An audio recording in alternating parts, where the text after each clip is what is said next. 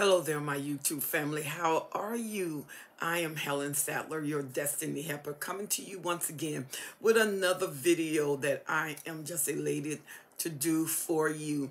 I want to, first of all, thank you for all of my subscribers to my YouTube channel. Thank you so much. And for my new subscribers and for all of your wonderful comments and emails. Thank you so much. It means a lot. Keep writing, keep commenting. Thank you, thank you, thank you. And if you have not subscribed to my YouTube channel, subscribe to my YouTube channel, push that little bell. Every time I upload or come on new content, you will be the first one that will be alerted and notified. So make sure you push that bell. Okay, so let's talk about a topic. You know, sometimes many of you have written me and told me between the escape and the Hoover, between the discard and the Hoover, these things keep happening. And what keep happening is the narcissist shows up and makes themselves available for your life. I mean, they show up with gifts. They show up at your job. They show up at your friend's house. They show up at your mother's house. They'll show up in your business. And we call that the refrigeration stage. And the refrigeration stage is when the narcissist place something in your life so you can cool it, you can keep it, you can salvage it. And what they do is, this is the time where the comments start coming, love bombing start coming. So you are really standoffish at this time. You done been through a lot. You don't want to be bothered. You are halfway skeptical, but you're not totally over the narcissist. You just don't trust the narcissist. And so the narcissist can pick up that there's still an opportunity for them to invade your space again. So they make sure that they show up and be present. And they make sure that you keep experiencing their presence, that no matter what, they call, they text, they show up at the door. They just show up out of nowhere. And so you are still struggling and you're still sensitive. And because it's a new discard or it's a new escape. And what I mean by discard, once the narcissist discards you, you'll notice that after a couple of days, after a week, the narcissist tries to come back. Well, first of all, if the narcissist had adequate supply, there would be no way that the narcissist would come back to you. So the new supply is not the same supply as you were given the narcissist. So the narcissist missed the fuel that you were given, not necessarily you, because once you yield to that Hoover, you notice that after a while, it may be maybe a week or 2 weeks, boom, the narcissist is in the same pattern, the same destructive pattern. And you would notice that after the discard, after the escape, once the narcissist gets you to yield to a Hoover, and after 2 weeks to a month, it is worse than before. The narcissist actually punish you for leaving, then the narcissists actually punish you for allowing them to come in your life. They consider you as weak. And once they get in there, the narcissists now go to a silent mode. They don't touch you as much. They don't spend time talking to you. They don't have anything to say. They are gone a lot. And even after all of that work, after putting your life into a refrigeration mode where they keep everything calm, when you put food into a refrigeration, you don't freeze it. You don't want it to harden up, but you want to extend the shelf life of that product. And that's what the narcissist does. He wants to extend the shelf life of that relationship, because the narcissist needs the kind of fuel that you were getting them, that copious amount of fuel, that copious amount of attention. Because remember, one of the traits that the narcissist has is the traits of feeling a sense of entitlement, a sense of grandiosity. And even though they seem like they're really secure, you would notice that the narcissist is very, very insecure.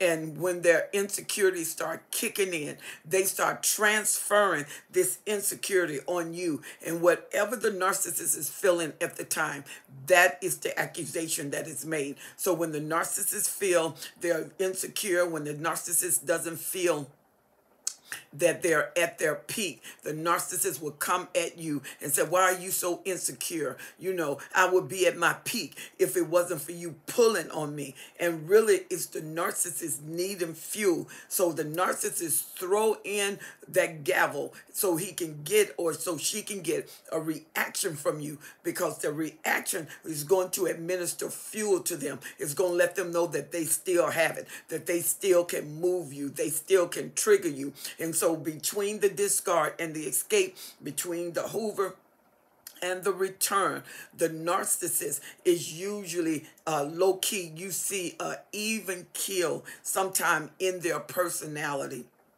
They seem to be consistently calling you, consistently stalking you, when just a week ago, you didn't even know when they was coming home. Just a week ago, you didn't even know they were leaving, and they left. And when they come back, they're consistent. You know, they seem to be very sensitive to your needs. Why? Because the narcissists need to keep you in the refrigeration stage. They don't want the product to spoil. They need to extend the shelf life. And they know that that product is not going to last too long. So let's extend this relationship as long as we can, because you seem to grow weary. You seem to grow tired. You seem to grow frustrated. You got tired of going through the same circle, you know, dealing with the same situation. If the narcissist had children before, the narcissist wouldn't deal with the child. They will put it on you. If the narcissist family was controlling, they pulled you into the control element and took the attention off of themselves and put the attention on you. So now you are the one enduring the smear campaign. You are the one that are being hit with all of the challenges, because it's a fuel base, and the narcissist is not going to ever cover you and protect you. If it is, it's superficial. They superficially make you feel protected. They superficially make you feel guarded.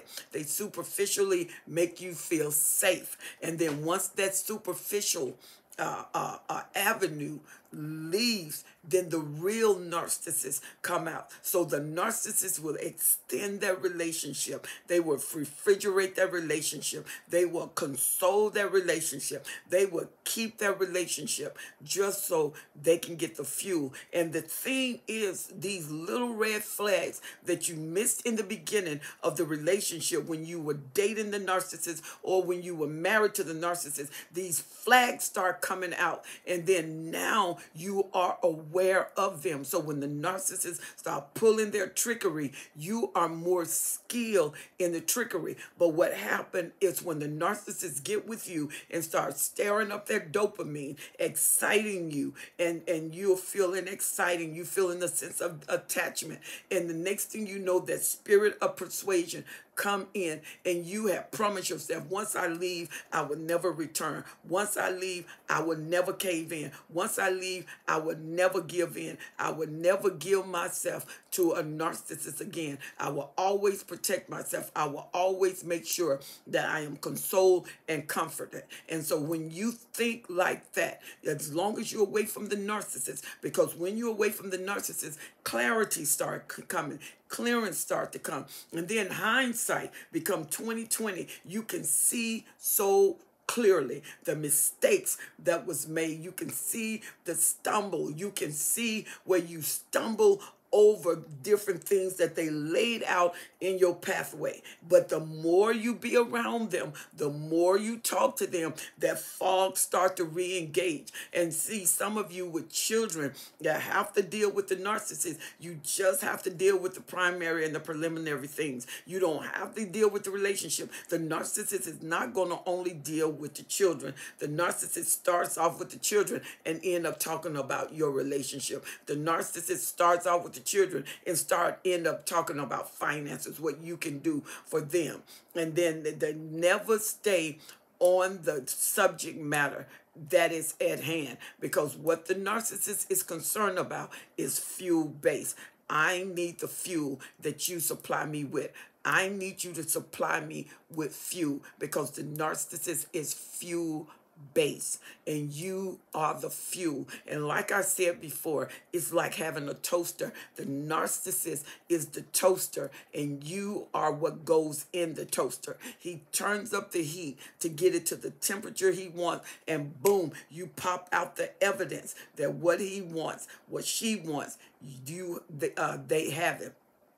At the temperament, what the narcissist wants to do is to rewrite your emotions, rewrite your mind. The narcissist don't want you to be independent of them. As a matter of fact, they hate independence in your life. The more independent you are, the more subtle the abuse, but the more harsh the abuse. And that trauma bonding come in because they need you to be codependent on them. They need you to be non-existent without them. They don't need you to see your life where you benefit without them, because then you will rise up in strength and make that happen. But when you see the narcissist, and the narcissist spend a lot on your mind, they spend a lot on your emotions. They want you to feel your way. I feel. And truth is, relationship cannot be built on feeling. They have to be built on principles, because you're not going to always feel that you love the narcissist. You're not going to always feel that you want to be involved with the narcissist. In the moment you feel that you want to be away from the narcissist, guess what? You want to be away.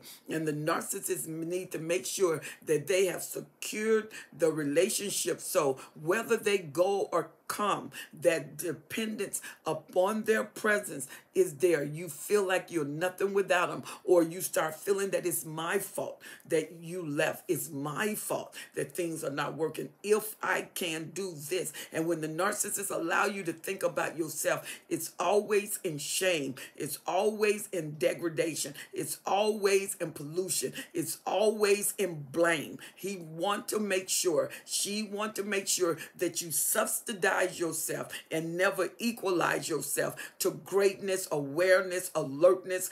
They don't want that. So the refrigeration stage is when the narcissists take their relationship and survive that relationship in hostile situations, in transient situation. You don't know what is going to happen. So now the relationship is transient. The relationship is homeless. You don't know whether you're going to have a base for the relationship. You don't know whether it's going to return. You don't know whether the narcissist is going to return because the narcissist is discarded. You don't know whether you're going to return because you escape. And when you escape after being gone a couple of weeks, a lot of times those emotions start stirring up, the lingering, the hunger, the craving starts stirring up. And you're like, what is wrong with me? I'm being abused. Why do I feel the need to come back? Because the narcissists spend a lot of time transposing their thoughts,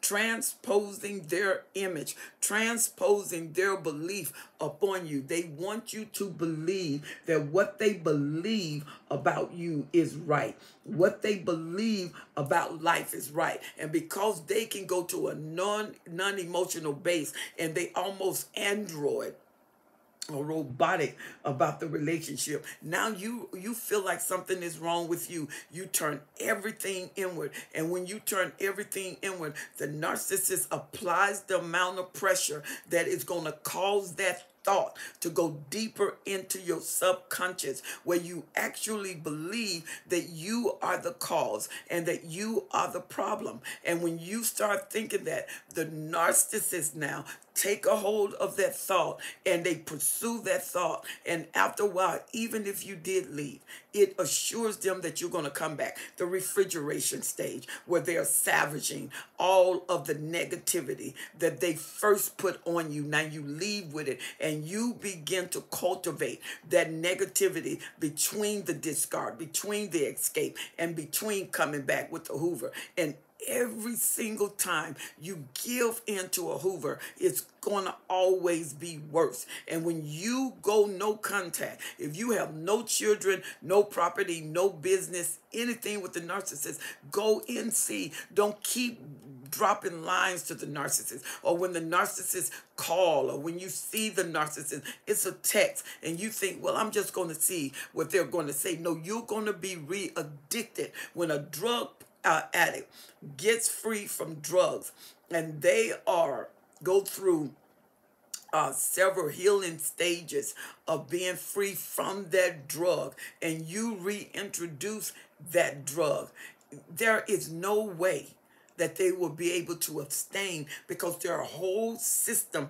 has been calibrated to the dependency on that drug. And once they take that drink, that alcohol, once they take that smoke, once they pop that pill, once they take that needle, everything that was disrupted becomes more disrupted, because they actually got out, but they came back in. And so now they feel even worse, because they feel like they came back in on their own, when the truth of it is they had a lot of coercion to get them back in. So you cannot, once you go no NC, you have to stay NC. The refrigeration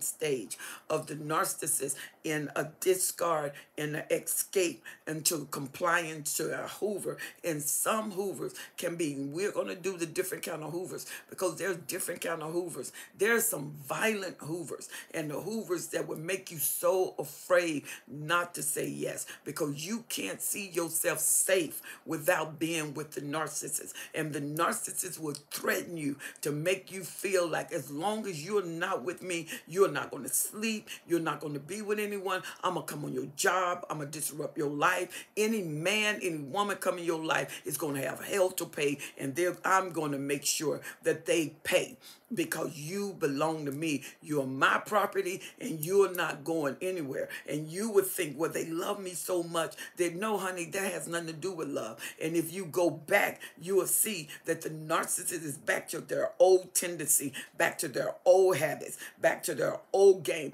that it was a manipulation ploy. It was a salvaging through the refrigeration method to put that item into a refrigerated state where it can be kept, and then you pull it out, it's still cold, it's still good, it's starting to deteriorate it based on the time it was left in that stasis. And the time is left in that stasis, you can't keep it in there too long. It's like taking kale and you put kale in the refrigerator. Well, after a while, even in the refrigerator that keeps the kale, it starts to turn. And so when you are between a discard and a Hoover, when you're between the escape and a Hoover, and they put it in the refrigerator, and a refrigeration stasis, and that's that cold stasis of a sustainment, eventually things will start to turn. And when things start to turn, the narcissist can't hold out too long. They can't hold out that deception too long. Then after a while, they become belligerent.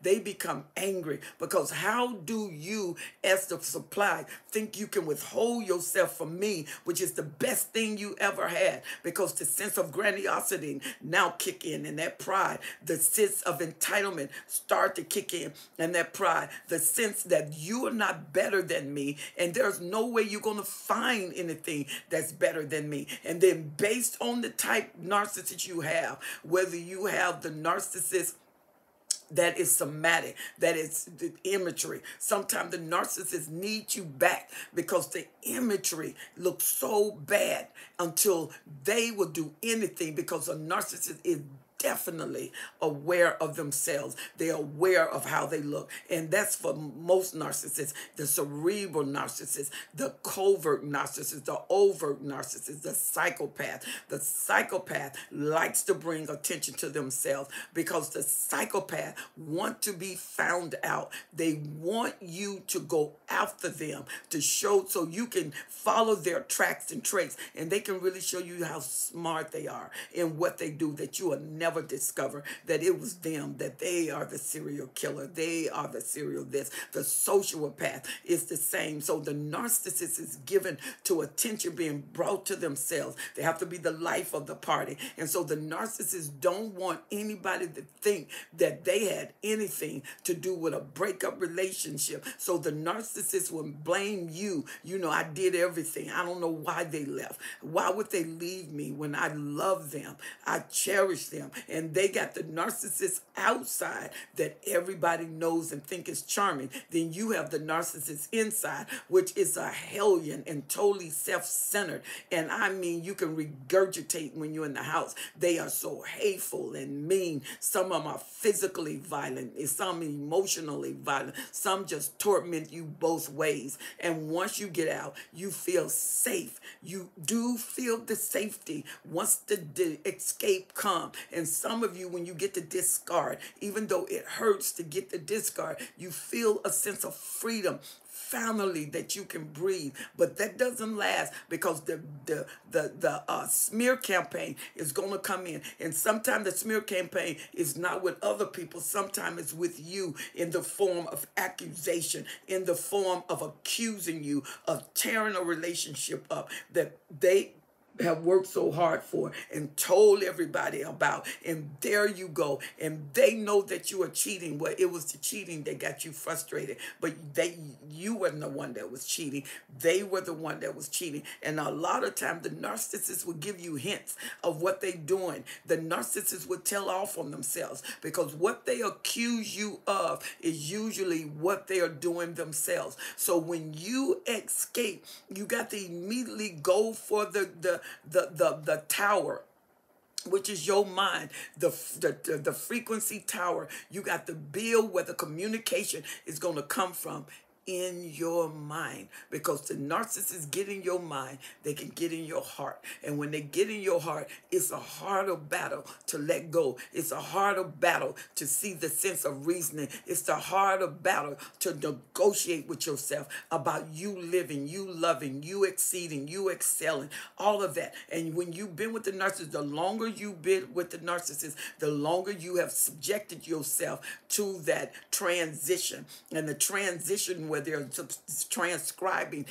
their language onto your mind, their behavior onto your mind, and what they believe is right for you, because not right for them, it's right for you. They start telling you what you believe, how you believe, and what you're doing. And that's why when you're with the narcissist, they make sure that you were enslaved into whatever they was doing. They made sure you were engraft in whatever they are. If they had financial issues, family problems, medical problems, they will engraft you deeply within until it seemed like it's your problem. And you feel guilty, especially empaths. Come on, empath, because you have a tendency to take responsibility for other folks' behavior and feel guilty when you fail at what they think, or you fail at what they didn't do. And it's not that you didn't do right, it's that you can't make another person do. But the narcissist knows, especially those that are experienced, how the empath work, that they are going to take responsibility. They're going to take blame, and you can't take blame for another person's decision. So just think, between the discard, between the escape, and the transitional Hoover, that means whatever Hoover that will work. And so they go to different Hoovers to see which one would get you to bite the bait. And the longer you've been with the narcissist, the more the narcissist knows how to trigger you. They know how to push your button. They know how to make up the ingredients that is going to make the final result that's going to go to their benefit. And initially, it may seem like it's going to work for your good, but ultimately it works for their good. And whether there's children, whether there's family, the narcissist will go to your family, win over your family, and your family could hate him. And what they would do, eventually win over your family, especially that covert narcissist, and make everything seem like they are really, really trying. And then you start to get a second opinion in your mind about what you knew wasn't right. Now you are doubting yourself, and you're thinking, well, maybe my daughter need to give them a second chance. They seem like they're okay. Or maybe my son need to give her a second chance. She seemed like she's okay. Why? Because that spirit of persuasion has hit you, and it subjected you like a drug to make a decision which you know even in your inner core that wasn't the right decision that you would have made from the beginning. And you don't think about that until you have talked your daughter, talk your son into going back, and now you see the abuse that commenced, or you hear the abuse, and they are more apt to hide it now, and they got this outside focus where they are really just heroes, and inside you got a different being. And that's what many of you are writing me. You're saying, I have an outside husband or an outside wife, and I have an inside husband, and I have an inside wife. Of course, because imagery with them is everything. They can't stand to be accused of bad behavior, especially when people are looking at them and people are registering them as the ultimate person that you should feel, oh my God, privileged to even have. Because outside, they look like that type person. They look like that type man, but it's not the truth. You know the truth because you live with them, but it looks like it's your fault. The refrigeration stages will keep things kept for a minute. You got to unplug the cord and let the truth be known. Just because they come in, you got to remember why you left. You got to remember that you were discarded. You got to remember that you were left. And you got to remember how you felt. Don't let the enemy comes in and the narcissist and confuse you to what you really felt. And that is your fault. And the next thing you know, you open the door, you open the gateway, and it's worse than what you've ever had. It is not your fault that NPD exists with them. But what happens with you is once you open the door and you keep going back, you take away the power of that. So those of you who are saying, I am in a transition, I'm in the mid-zone, I haven't went back, but I'm leaning to going back. I feel horrific. Of course you do, because you've been with the narcissist, and you can acclimate to abuse, especially if you come out of abuse. You're already used to it. You're not used to being treated well, so it's easy for you to conform to the narcissist implications, to the narcissist smear campaign, and to self-blame. And when you self-blame, your medication is to take the narcissist back. Worst decision in the world. Take time to think. Take time to examine. Take time to know. See, is that what you really, really want? Look back into the historical account. What caused me to leave? What caused me to really get excited once I was discarded? I enjoyed the freedom. And what did I really miss? Did my body miss the sexual activity? Did I miss them actually being with me? Am I addicted emotionally to the narcissist?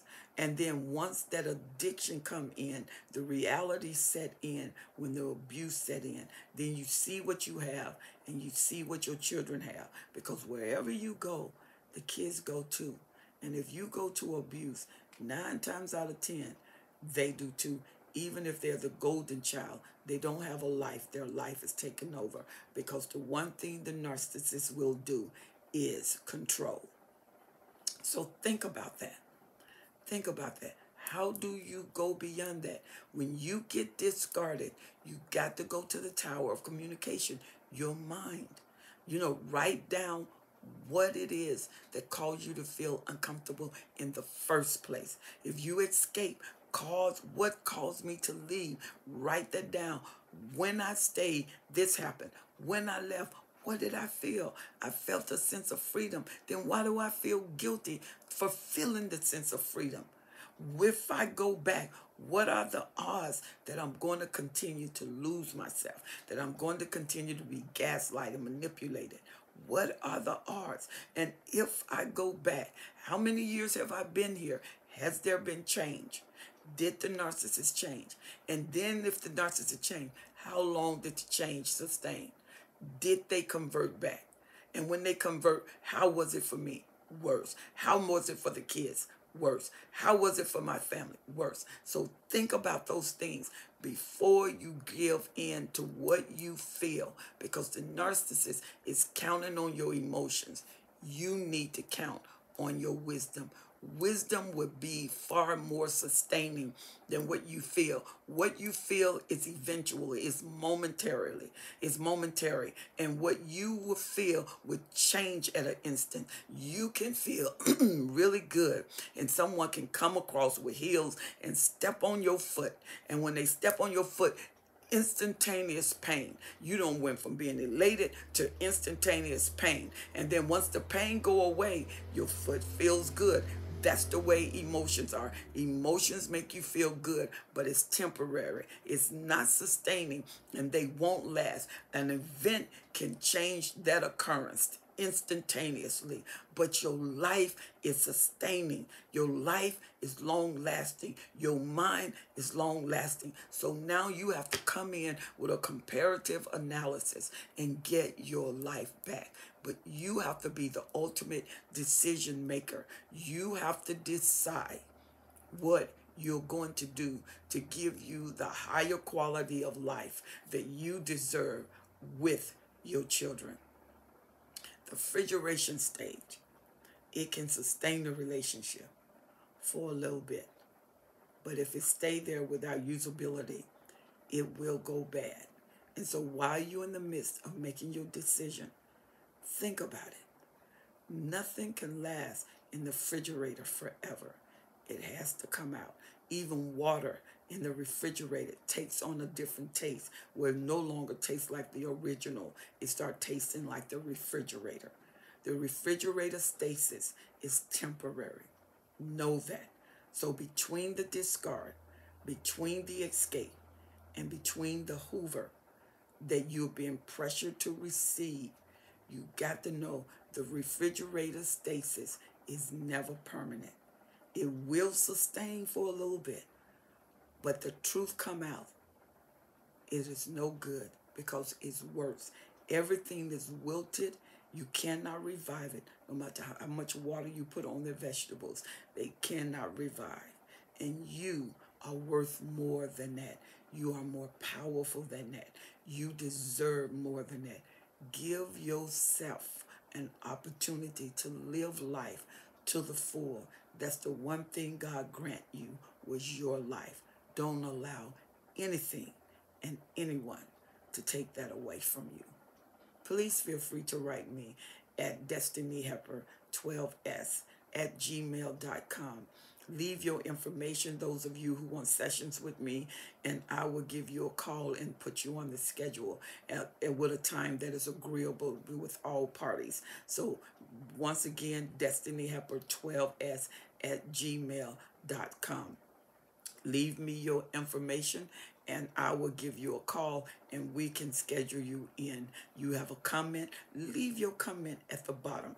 And please, whatever you do, make sure you subscribe to my YouTube channel. Push that bell, and whenever I upload content or when I have information, you will be the first one to get it. When I go live, and our lives are awesome, you will be notified. I want to thank you and appreciate you so much for all you do. Family, we can do this, and we can make each other aware that life is huge, and we got an opportunity to take it and to be the best that we can be. You haven't lost so much that you can't redo it. You can't recover. You can get it back. And remember, you can have it all still. I want to thank you so much for being with me. I'm Helen Sattler, your Destiny Helper, always here for you. So write me, destinyhelper12s@gmail.com. I love you to life. Thank you so much. God bless you.